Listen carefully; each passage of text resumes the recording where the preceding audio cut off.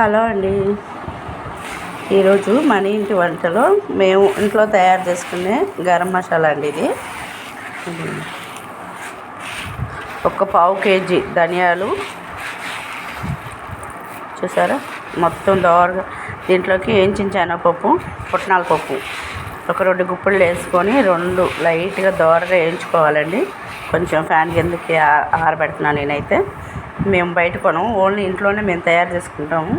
ఒక నెలకు సరిపోను, కానీ వాసన మట్టికి పోకుండా చక్కగా మంచిగా చేసుకుంటే నెల రోజులు కాదు కదా, 2 నెలలు అయినా మంచిగా ఉండాలండి చేసుకునేది మనం. నేను ఒక పావు కేజీ ధనియాలు, ఒక 2 గుప్పెళ్ళు పుట్నాల పప్పు వేసుకున్నాను.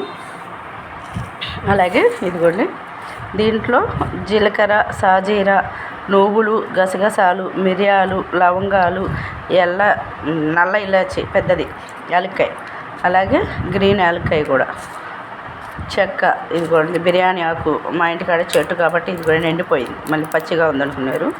అలాగే ఎండిపోయిన కరివేపాకు. ఇంకా మనకి గరం మసాలా, గరం మసాలా మొత్తం బయట ఏమేమి దొరుకుతాయో అవన్నీ వేసుకోవచ్చు. కాకపోతే నేను మరాఠీ మొగ్గ అవన్నీ అంటారు కదా, నేను అవి ఏమి వేయనండి. మేము ఓన్లీ ఎలా అయితే పడతామో అలాగే, మా అత్తయ్య అయితే ఎలా చేసిద్దో మేము సేమ్ అలాగే చేసుకుంటాము. ఎందుకంటే ఇట్లా చేస్తే ప్రతి ఒక్క కూర, పులుసు కూర ఏదైనా సరే కొంచెం వేసిన కూర భలే చిక్కగా గుత్తగా ఉంటుంది అన్నమాట. ఒకసారి మీరు కూడా ట్రై చేయండి. నువ్వులు కొంతమంది వేసుకుంటారు, వేసుకోరు. మా అత్తయ్య అయితే మటుకి, నా పెళ్ళైన కాడి నుంచి మా అత్తయ్య ఇదే ప్రాసెస్, అసలు బయట కొనదు, ఎట్టి పరిస్థితుల్లోనూ కొనదు అసలు ఆమె. అట్లాగే మా మావయ్య కూడా అలాగే నేర్పించాడు కాబట్టి మాకు, మేము ఇంట్లోనే తయారు చేసుకుంటామండి. చికెన్ మసాలా అని బయట కొనుక్కుంటున్నారు కదా, మేము అసలు అట్లా మసాలాలే కొనము.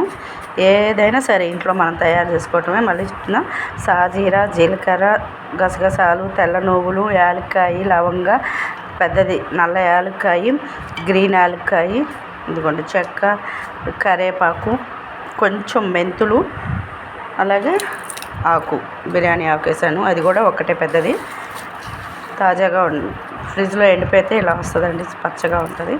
ఓకే, ఇవన్నీ ఇప్పుడు నేను ఆరిపోయినాయి కాబట్టి